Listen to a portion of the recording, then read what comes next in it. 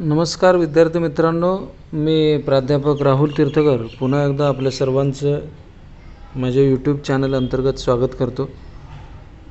आपण problems on beams पाहणार आहोत. How to solve the problems on beams. तर इथं पहिला प्रॉब्लेम आहे. आपल्याला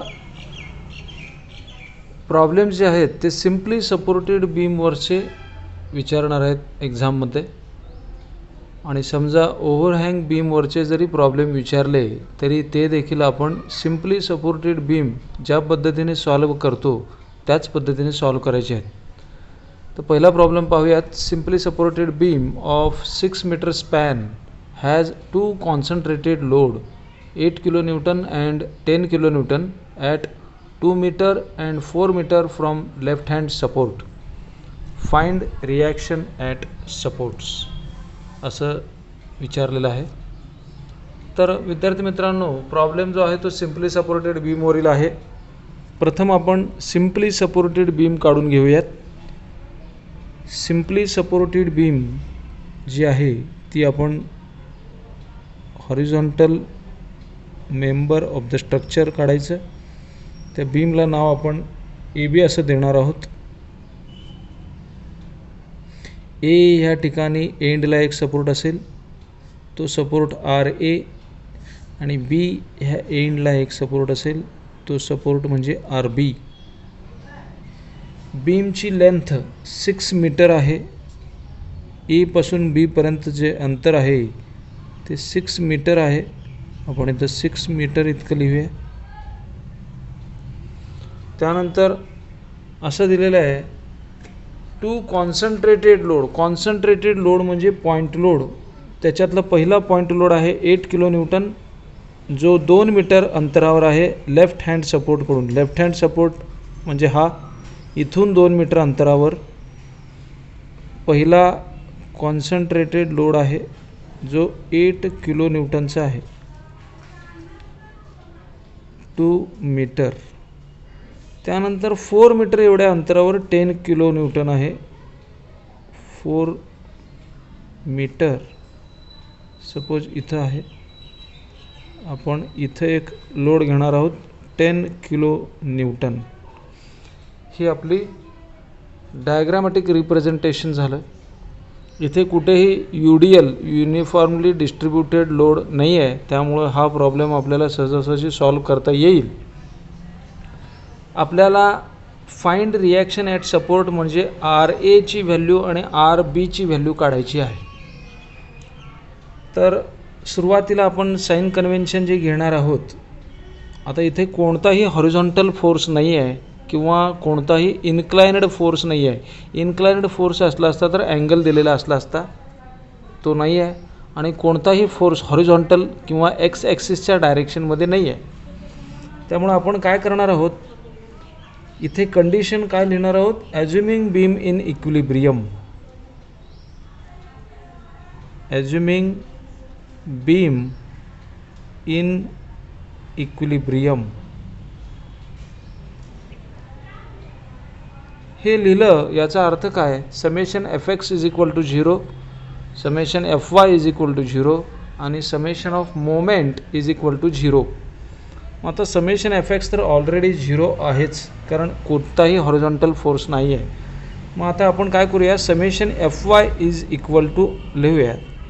समेशन Fy याचा अर्थ काय, समेशन म्हणजे बेरीज, F म्हणजे फोर्सेस आणि Y म्हणजे Y ॲक्सिस किंवा Y ॲक्सिसच्या डायरेक्शनमध्ये असलेल्या सर्व फोर्सेस. म्हणजे याचा समेशन Fyचा अर्थ काय, addition of all vertical forces.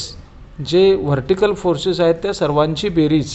तर इथे आपण साइन कन्व्हेन्शन काय करणार आहोत पहा, वर जाणारे सगळे फोर्सेस पॉझिटिव्ह, वर जाणारे जे आहेत ते पॉझिटिव्ह आहेत आणि खाली येणारे जे आहेत ते निगेटिव्ह आहेत, असे साइन कन्व्हेन्शन वापरणार आहोत.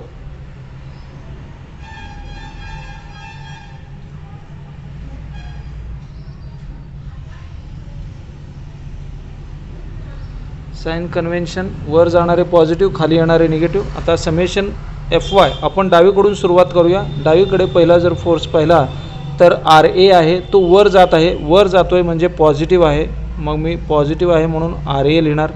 प्लस आर ए लिहिलं तरी चालतं, प्लस आर ए.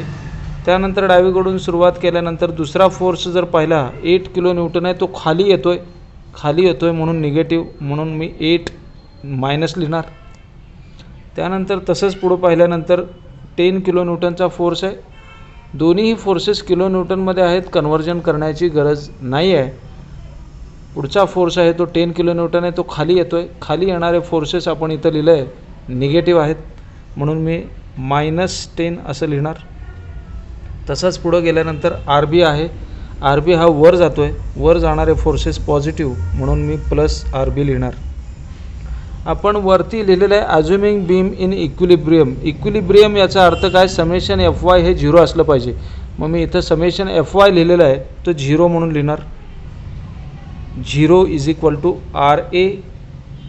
आता -8 -10 -18 होईल, प्लस आर बी राहील, आर बी. आता -18ला मी इकडे आणतो, प्लस 18 होईल. 18 = आर ए प्लस आर बी. त्यानंतर याला आपण आणखी सॉल्व करू शकत नाही, याला मी इक्वेशन 1 असं लिहिणार आहे. इक्वेशन 1 लिहिल्यानंतर पुढे काय करायचं आहे पहा. आता आपण काय करणार आहोत, समेशन एफ वाय आपण काढलं, आता summation of moment with respect to point A काढणार आहे मी. Summation of moment with respect to point A म्हणजे काय, या सर्व फोर्सेसमुळे ही बीम जी आहे, बीम ए बी ही गोल ए भोवती फिरणार आहे, मी असं कन्सिडर करतो आहे.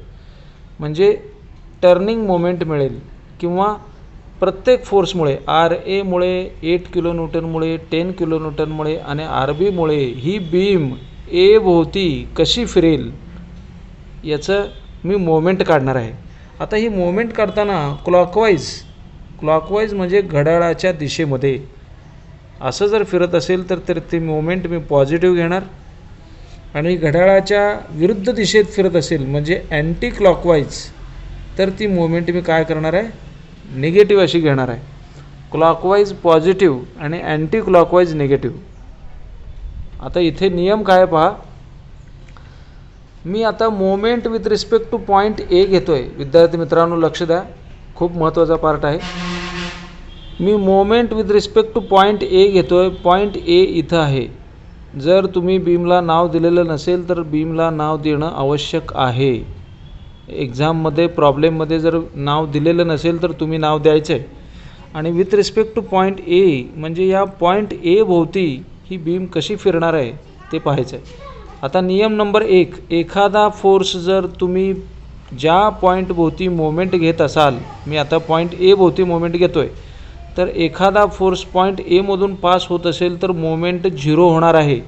त्यामुळं मी आर एमुळे येणारी मोमेंट 0 होणार आहे, कारण आर ए हा फोर्स एमधून पास होतो आहे, सोडून द्यायचा आहे. आता पहा, आर एमुळं मोमेंट 0 झाले. 8 किलो न्यूटनला काय करायचं आहे पहा, 8 किलो न्यूटन खाली येतो आहे. तसाच काय करायचं आहे, त्याला ए भोवती फिरवायचं आहे. ए भोवती फिरवायचं म्हटलं तर तो क्लॉकवाईज फिरेल. असा क्लॉकवाईज फिरत असेल तर पॉझिटिव्ह म्हणून मी सांगितलेलं आहे. क्लॉकवाईज फिरत असेल तर पॉझिटिव्ह. 8 किलो न्यूटन हा ए भोवती घड्याळाच्या दिशेत म्हणजे क्लॉकवाईज फिरतो आहे, तर मी पॉझिटिव्ह लिहिणार. इथे पॉझिटिव्ह लिहिणार आहे मी. 8 लिहिणार आणि मल्टिप्लाइड बाय काय करणार, 8 किलो न्यूटनचं पॉईंट ए पासूनचं अंतर, तर हे अंतर आहे 2 म्हणून मी 8 × 2 करणार. ब्रॅकेट करून टाकायचं याला. 8 किलो न्यूटनचं काम इथं संपलं. आर ए हा पॉईंट एमधून पास होत होता, त्यामुळं मी आर एचं काहीही लिहिलेलं नाही आहे. मोमेंट 0 आहे. आर ए × 0 करावं लागलं असतं, ते 0च झालं असतं. 8 किलो न्यूटन काय केलं मी, 8 किलो न्यूटनला ए भोवती फिरवलं. आता तुम्ही म्हणाल सर ए भोवती असं फिरवूया आपण, असं फिरवता येणार नाही आहे. अँटी क्लॉकवाईज का, तर बाणाची दिशा ही खाली आहे, वर नाही आहे. वर असलं असतं तर वरून इकडे घेऊन फिरवलं असतं. 8 किलो न्यूटन हा फोर्स खाली आहे का वर आहे हे पाहण्याची गरज नाही. 8 किलो न्यूटनला आपण काय करणार आहोत, पॉईंट ए भोवती आपण फिरवणार आहोत. 8 किलो न्यूटनला आपण पॉईंट ए भोवती जर फिरवायचं म्हटलं तर हा असा फिरणार आहे. तुम्ही म्हणाल सर वर का घेऊन असं फिरवायचं नाही, कारण हा ॲरो जो आहे तो खालच्या साईडला आहे, त्यामुळे इकडूनच असं यावं लागेल आणि ए भोवती फिरावं लागेल. त्यामुळं हा क्लॉकवाईज फिरतो आहे म्हणून इथं प्लस लिहिलं आहे. 8 किलो न्यूटनचं 8 लिहिलं आहे आणि मल्टिप्लाइड बाय 8 किलो न्यूटनचं एपासूनचं अंतर 2 आहे, 2 लिहिलं आहे. आता पुढचा फोर्स आहे 10 किलो न्यूटन. 10 किलो न्यूटनचा बाण देखील खाली आहे, वर नाही आहे, त्यामुळं वरून मी असं फिरवणार नाही. तर तो खालूनच इकडून असा येईल आणि फिरेल. पुन्हा क्लॉकवाईज फिरतो आहे, क्लॉकवाईज फिरणार आहे म्हणून प्लस ब्रॅकेटमध्ये 10 लिहायचं आहे आणि 10 इंटू 10 किलो न्यूटनचं पॉईंट एपासूनचं अंतर. पॉईंट ए आणि 10 किलो न्यूटनमध्ये 4 मीटरचं अंतर आहे, तर मल्टिप्लाइड बाय 4 लिहिणार आहे मी. 4 लिहिल्यानंतर पुढचा फोर्स जो आहे तो हा संपल्यानंतर हा आहे आर बी. आता आर बी पहा, आर बीला मी असं फिरवू शकत नाही ए भोवती. आर बीला मी असं घेणार, वर गेल्यानंतर हा इकडून असा फिरेल, म्हणजे तो अँटी क्लॉकवाईज फिरणार आहे. अँटी क्लॉकवाईज फिरणार आहे आर बी, म्हणून इथं मायनस लिहिणार, ब्रॅकेटमध्ये लिहिणार R B into distance. R बीचं पॉईंट एपासूनचं अंतर हे इथून इथंपर्यंतचं अंतर 6 मीटर इतकं आहे, 6 लिहिणार. ही झाली मोमेंट विथ रिस्पेक्ट टू ए. तुम्ही पॉईंट एला मोमेंट काढली तरीही आन्सर येणार आहे. तुम्ही जर पॉईंट बीला मोमेंट काढली तरीही आन्सर तेच येणार आहे. आन्सरमध्ये बदल होत नाही. तुम्ही म्हणाल की sir moment with respect to H का घ्यायची, moment with respect to point B का घ्यायची नाही, बीला सुद्धा घेऊ शकता. आता पुढची स्टेप पाहूयात. ॲज्युमिंग बीम इन इक्विलिब्रियम असं लिहिल्यामुळं moment with respect to A मी 0 लिहू शकतो. इथं मी 0 लिहिणार. 8 into 2 16 plus 10 into 4 40 minus 6 R B. आता मायनस 6 आर बी मी लेफ्ट हँड साईडला घेईन, 6 आर बी होईल इज इक्वल टू 56. त्यानंतर आर बीचं मी काय करणार, फाइंड आउट करणार value. R B is equal to 56 divided by 6. Therefore R B is equal to 9.33. ही कशामध्ये असणार आहे, किलो न्यूटनमध्ये असणार आहे, कारण all forces are in kilo newton. आता हे काय आहे, आर बीची व्हॅल्यू आपल्याला मिळाली. Put this value in equation 1. Put R B in equation 1. Equation 1 काय आहे पहा. इक्वेशन 1 आहे R A plus R B is equal to 18. R A plus R B is equal to 18. R बीची value put करायची आहे. R A is equal to काय करणार मी, आर बीला इकडे नेणार, 18 minus R B. Therefore R A is equal to 18 minus R बीची व्हॅल्यू किती आहे, 9.33.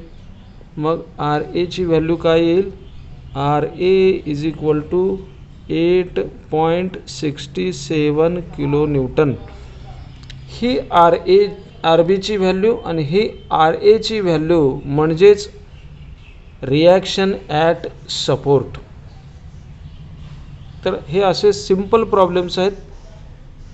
सिम्पली सपोर्टेड बीमवर असतील किंवा ओव्हरहँग बीमवर असतील, याची सॉल्व करण्याची प्रोसिजर एकच. सुरुवातीपासून पहा. आपण प्रॉब्लेम दिल्यानंतर ही डायग्राम काढणं आवश्यक आहे. डायग्राम काढल्यानंतर काय करायचं, ही डायग्राम परफेक्ट काढता आली पाहिजे. त्यानंतर ॲज्युमिंग बीम इन इक्विलिब्रियम हे लिहावंच लागेल. हॉरिझॉन्टल कोणताही फोर्स नाही आहे, त्यामुळं मी समेशन एफ वाय म्हणजे फक्त व्हर्टिकल फोर्सेसची बेरीज करेन. समेशन एफ वाय लिहायचं आहे. वर जाणारे फोर्सेस पॉझिटिव्ह असतात, खाली येणारे फोर्सेस हे निगेटिव्ह असतात. इक्विलिब्रियममध्ये आहे म्हणून मी इथं समेशन एफ वायची व्हॅल्यू 0 लिहिली आहे. इक्वेशन सॉल्व करायचे, जिथंपर्यंत सॉल्व होईल तिथंपर्यंतच सॉल्व करायचं. सॉल्व केल्यानंतर त्याला इक्वेशन 1 म्हणायचं आहे. त्यानंतर पुढचा स्टेप आहे मोमेंट विथ रिस्पेक्ट टू ए काढा किंवा moment with respect to be काढा. काढल्यानंतर तुम्हाला एक रिॲक्शन मिळणार आहे. इथं क्लॉकवाईज फोर्स फिरतोय का अँटी क्लॉकवाईज फिरतोय. हा जर क्लॉकवाईज फिरत असेल तर प्लस लिहायचं आहे. हा क्लॉकवाईज फिरतोय ए भोवती प्लस लिहायचं आहे. आर बी हा अँटी क्लॉकवाईज फिरणार आहे म्हणून मायनस लिहायचं आहे. आर ए हा पॉईंटमधून पास होतो आहे त्यामुळं आर एची मोमेंट 0. जो फोर्स पॉईंटमधून पास होतो त्याची मोमेंट 0. त्यानंतर moment with respect to be केल्यानंतर तुम्हाला एक रिॲक्शन मिळणार आहे. ती रिॲक्शन मिळालेली इक्वेशन 1 मध्ये पुटअप केली की तुम्हाला दोन्हीही रिॲक्शन्स सपोर्ट रिॲक्शन्स मिळतील. तेच तुमचं आन्सर असणार आहे. अशा प्रकारे हे प्रॉब्लेम्स सॉल्व करायचे आहेत. Problems on beams.